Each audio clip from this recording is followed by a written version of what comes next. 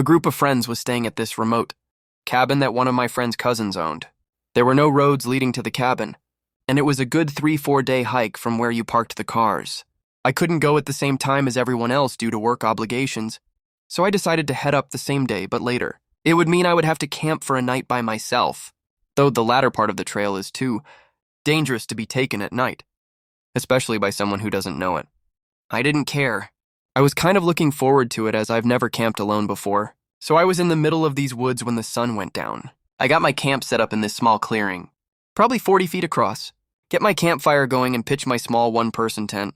Do all that camping stuff like cooking hot dogs on a stick over the fire and s'mores. I probably stay up for a good 2 or 3 hours after dark.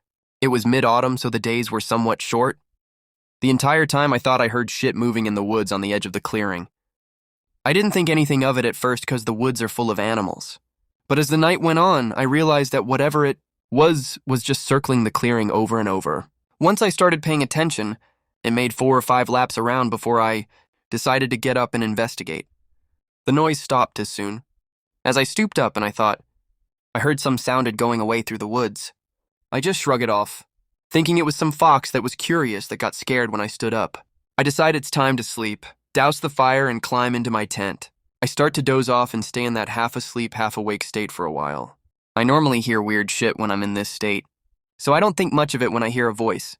Something wakes me all the way up, though, and I realize the voice is real and right, outside my tent. It's just above a whisper, and I'm not sure if it was another language, or if they were just speaking English in such a way that I couldn't understand.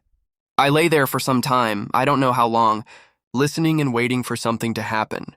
There is just enough moonlight to light up the walls of the tent, so I can see when a hand presses into the wall of my tent down near my foot. This freaks me out and I sit up quickly. Whoever was outside of the tent tore ass out of there, like running full sprint through the woods.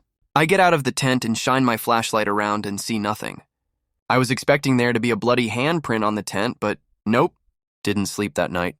Packed up camp at first light that morning and booked it to the cabin.